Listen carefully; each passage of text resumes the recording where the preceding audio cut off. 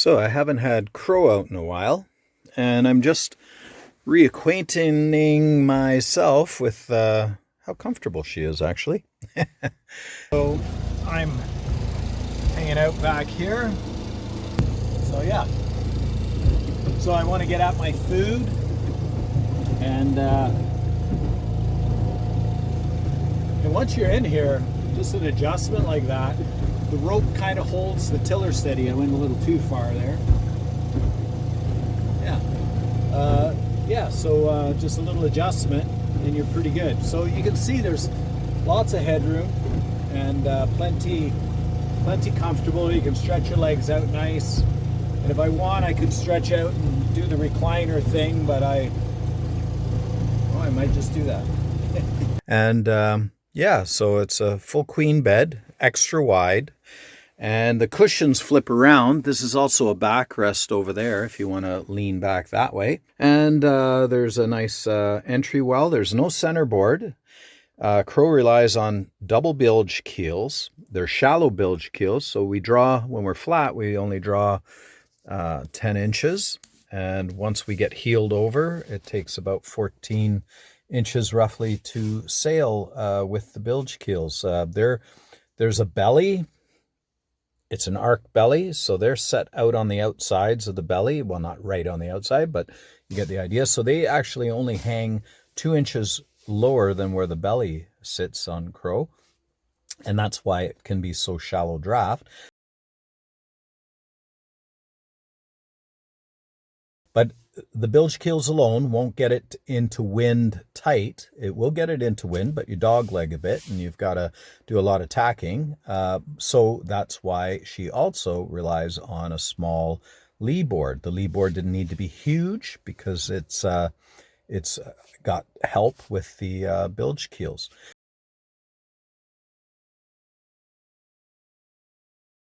You'll notice there's no mast step. That is a triple beam. That pine piece of trim there is actually structural, and it goes out to the outside frames to land down into the double keel, double framing. So it's quite strong. So there's 3 heavy framings there, and that's where you can see the tabernacle comes down and locks into. So that's basically that there. Crow was built largely from reused, repurposed materials, although I managed to get it to look pretty nice because I had some teak veneer, actually.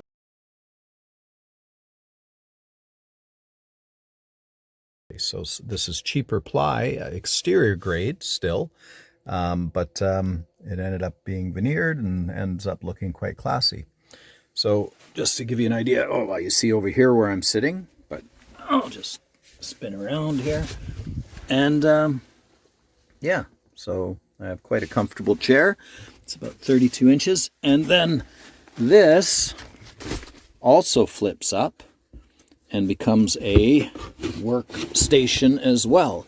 And you see down below my cooking utensils. I have a clay pot that's a potato pot with holes in it. So I use that to heat an alcohol stove or candles, and I can cook with that. And so I can create like an L-shaped kitchen.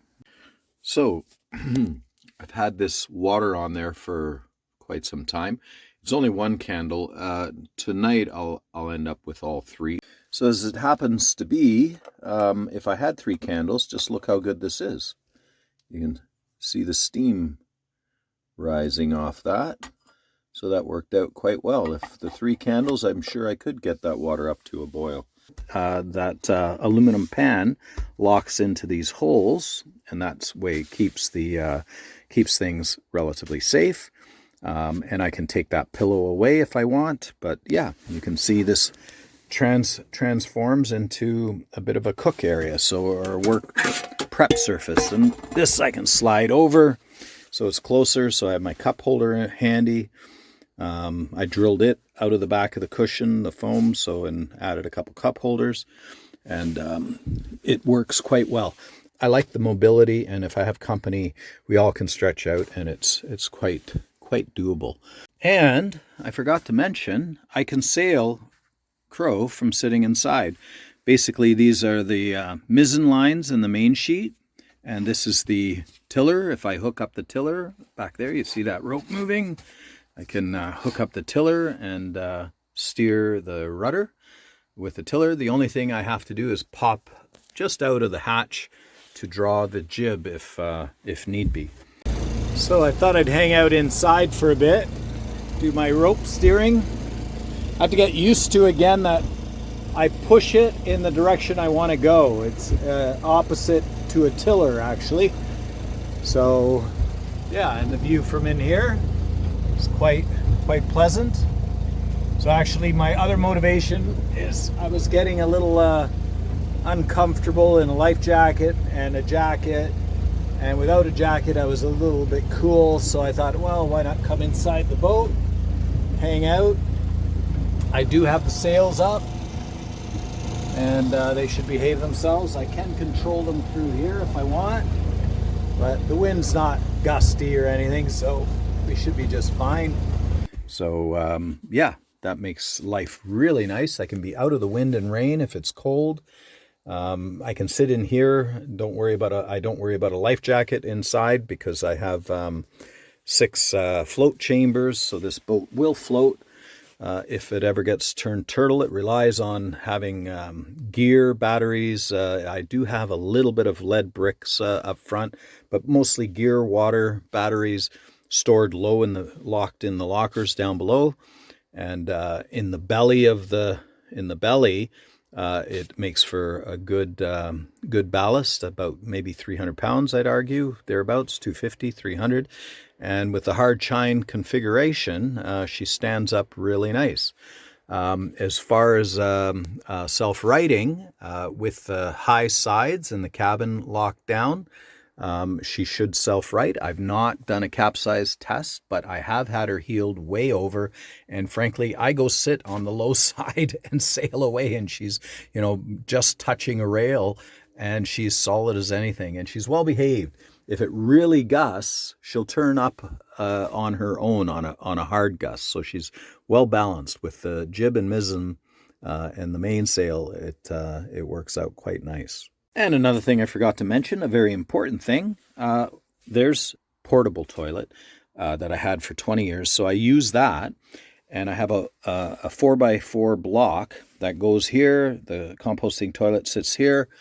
We have little screws here that I've cut a nice shower curtain that goes around, and with the back door closed, and I have a snap-on blind that goes on the door if I don't have privacy elsewhere. So that works fine, and then you have complete privacy in here. Not sure that I'll show this, but this just gives you an idea of the enclosure for the bathroom in here. It's just a shower curtain, but it's enough. It's a cloth shower curtain. It's enough that the porta potty can come out and crack the hatch a little bit, and you have a nice private enclosure, about, I'd say, 2 by 3 space, and it's plenty. So that's all I'll show you for now. What's nice is you open the hatch and you can have full standing headroom practically, and it's 54 inches, I believe, to the top area here. So you do have quite a bit of room. You don't really have to open the hatch at all if it's pouring rain or whatnot. And finally, a walk around. I think CRO's quite pretty. A new add is this little drop door here. So basically, with the roller, I won't be able to get it all the way down, but basically I have a little platform I can stand on and paddleboard from the front. If I'm getting into little creeks and whatnot, that's handy. And I added a bumper to it, so I can just crash, just wire tight it for now so I can crash into the docks. So we have arrived down on the sandy. I paddled in with the handy dandy paddleboard paddler with the snow shovel end, because I got it free because it was broken. So you can almost get, well, I could have gotten off without getting my feet wet, but I didn't bother. There's CRO. Lovely. and tie up nose first. It should do. So that's new. You see the mizzen mast I'll tie down on top there. My new van is not as long as my old van, so it used to fit in the van for storage. And it has eyes, and these are functioning eyes. They're waterproof. There's a gasket on the inside. It's a double layer of Lexan so that it can be drawn tight up against the gasket. And then when you fold it out, it's a stiff hinge here, a stiff brass piano hinge. And when you pop it out, it stays open and allows you to get air through the screen. Can you see the screening? Don't know if you can, but through the screen vent there. But I used Sikaflex at the end, which finally did work, because there is a lot of expansion and contraction on large Lexan panels. So that's something to note. But I quite like, it's worth the effort and the extra cost of the Sikaflex, and you can see it's holding up extremely well. This is now how many years? I don't know, but it's quite a few years. And yeah, so it is also bolted, as I said, and this has a nice drip edge on it. Here you can see the lee board. Oh, I should show you the keel. So the keel extends out past the curve up a little bit further so that there's more surface area, and there's aluminum angle iron attached to the side, and I'm trying to mimic there a little bit of Matt Damon. Oh my God, his name's out of my head. At any rate, Chine Runners from Enigma. My English is terrible, and I'm terribly forget. Matt Layden, thank you very much. There you go. So, and I'm a bit dyslexic, so I function. So that's the good news. Yeah, and the stern, you can see this is attached to the motor because on my other sailboat, I'm switching to a sailboat. I have actually a rudder blade that attaches to the 4-horse. So I use it as a motor sailor, and I'm trying to improve the performance so that it sails. Okay, we're going a nice pace here now.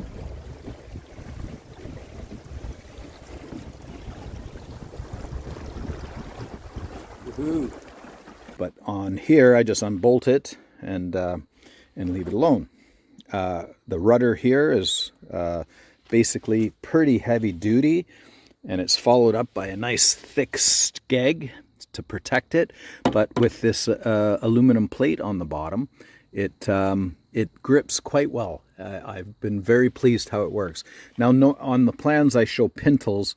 Here I used a steel bar, which by the time it rusts, who cares? But basically a steel bar and stainless hoops, and on the bottom as well a stainless, I have 1/4-inch stainless, which was heck of a job to bend and drill, but it worked. And the 1/4-inch stainless, I run this thing right up on rocks, no kidding. And it also, this acts as a boarding. I can step here and then step here and step back on board. So I don't carry a boarding ladder because basically it is built in. She rows, you know, she's heavy to row, but she does row decent, depending on what you call decent. Once you get her going in the momentum, she goes along. And I've rowed for hours with this thing. And once you get into the pace, it isn't overly sweat inducing. You just get into putting your back into it. And I sit on my toolbox on my rowing bench to get the right height, and I have a little foam pad for that. So I set it up right on the bench here.